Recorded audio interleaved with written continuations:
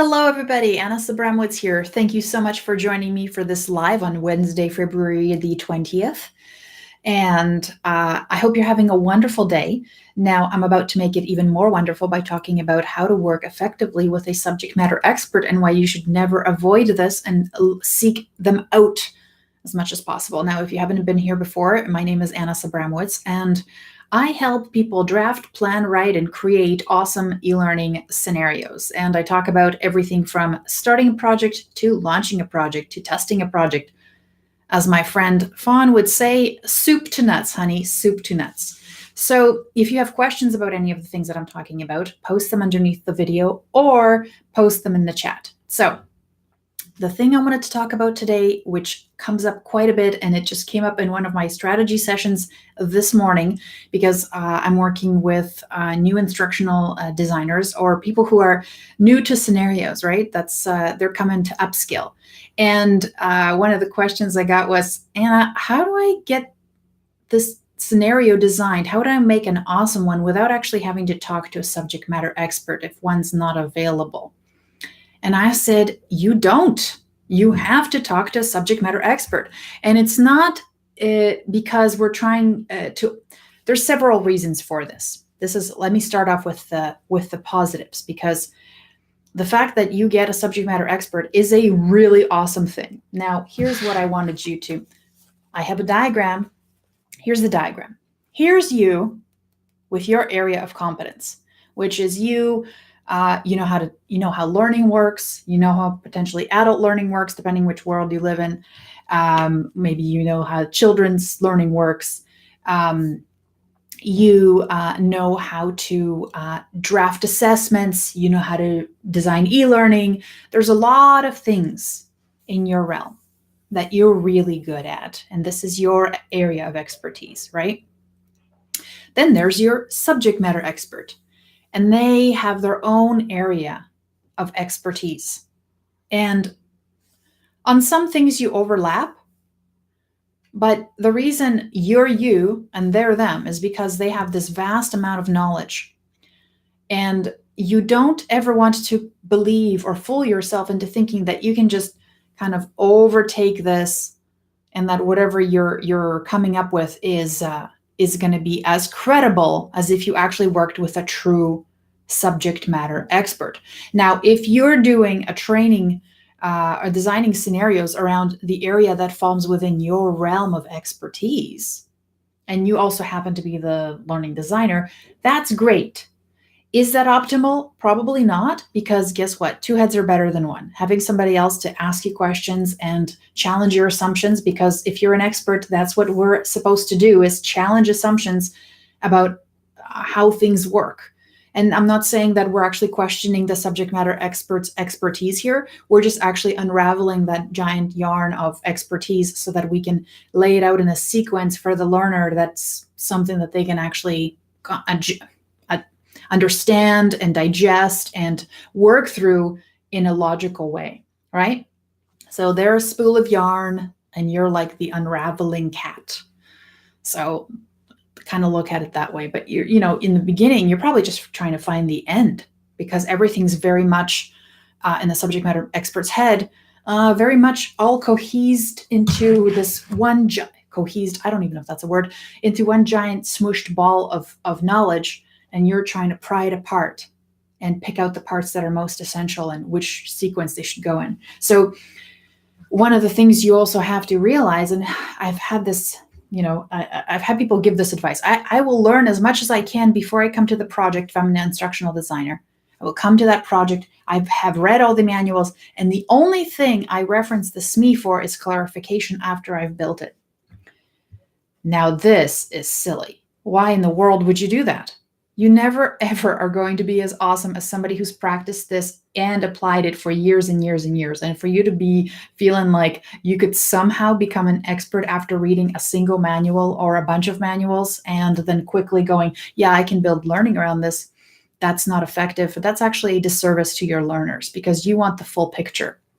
So what I suggest is we drop that I have to know everything about everything card. Say, I have my domain of expertise. I'm coming in as this learning expert. I know how to facilitate and get stuff out of subject matter experts' head.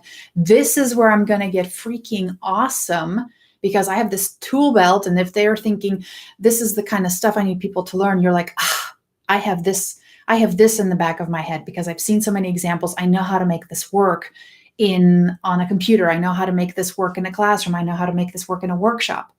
But don't meddle with the rest. Your job is to be awesome over here. There's too many people trying to be awesome in everything and they suck at everything. Everything is watered down versions of non-expert stuff. The other thing that would happen too, and this has happened, this is an experience that I've had, and it's very disconcerting. So let's say you do put together, you are the instructional designer and the subject matter expert, and you're like, I'm just going to teach myself stuff, and then I'm going to put learning around it together, right? You put that stuff together, and let's say an expert looks at it, and they'll look at it, and this is a true story, looks at it, finds a single mistake. They weren't consulted on the project, finds a single mistake, goes to the boss and says, I wasn't consulted. And do you know what the boss might do in this case? Throw out everything. Let's say 80% of it was actually still awesome and fabulous. You didn't have the experts buy-in. You did it all on your own, or the right people were not engaged to allow them to share their stories, their experiences, their expertise. Now, the first single mistake discredits you. It really does work that way. So now everything was, scratched. We're going to go from scratch now because the expert wasn't consulted. And that has nothing to do with, it has some things to do with ego, definitely. But you really want to make sure that the best people are looking at that work over and over again to give you the kind of feedback and the kind of input that you need to make the best piece of work possible. If you are working on a project where a subject matter expert is not available, you know what? Push a little harder. And the other thing is that sometimes the reason a subject matter expert is not available is because we're not being very clear about what that engagement really looks like. It doesn't have to be like, if I'm starting a 3-month, project where I'm revising, let's say, a whole bunch of learning resources or augmenting them with scenarios, that doesn't mean that the subject matter expert is going to be by my side every step of the way and he's got to drop everything else he's doing to work with me on that project. That's not necessary. In fact, what can happen is I can have a series of really focused interviews with that subject matter expert around some focused topics and use that as basically the framework for the rest of the work that I'll be doing, and just soliciting their help and feedback sporadically at critical points to validate the work that I'm doing. Also, work with more than one person. So spread out that amount of time that's needed. Also, your subject matter expert, you should never just have a subject matter expert who's the person who designed the process. You should always be talking to, if you can, a top performer who's now applying those things or taking them to the next level. What differentiates that person from the rest of the people taking the same training? So there's a lot of people you can actually solicit for help in these areas, especially your end users who are applying these things. They're going to give you feedback on the language that you're using. So subject matter expert to me is a fluid term because they can be somebody who's very well versed in something and has been doing it for years, but it also should be somebody who's a new learner so that they can give you the perspective of somebody who just learned this and what they find helpful. So you should have that mix on every project. If you're not getting that mix, push for it. Keep on asking for it. I just had a student, this was a little while back.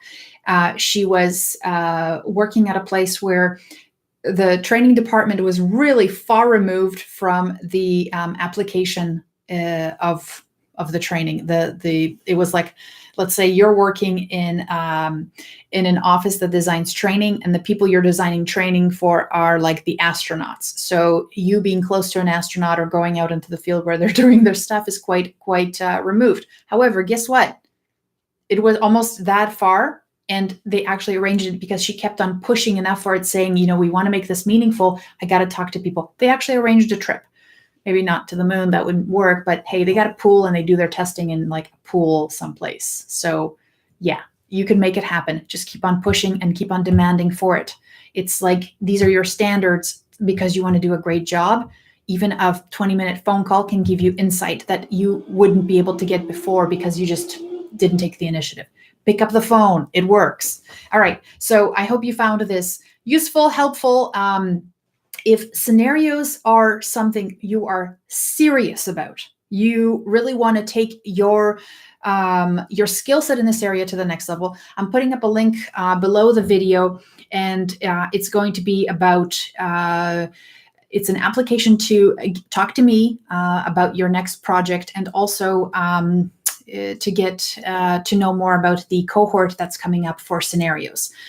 We'll be doing about a 6-week cohort, me working basically side by side with you weekly on how to design your own scenario. Now, this isn't me doing any of the work. This is you getting awesome at it, getting expert feedback, not only from me, but your peers, getting comfortable talking about these projects, selling these ideas, refining them, getting tough love from us, because that's what a lot of people miss is, you put your stuff out there, but people are hesitant to give you feedback, or they don't really understand the process enough to give you the kind of feedback that leads to improvement. So this is that opportunity. So check out that link, and then hopefully we get to talk soon. All right.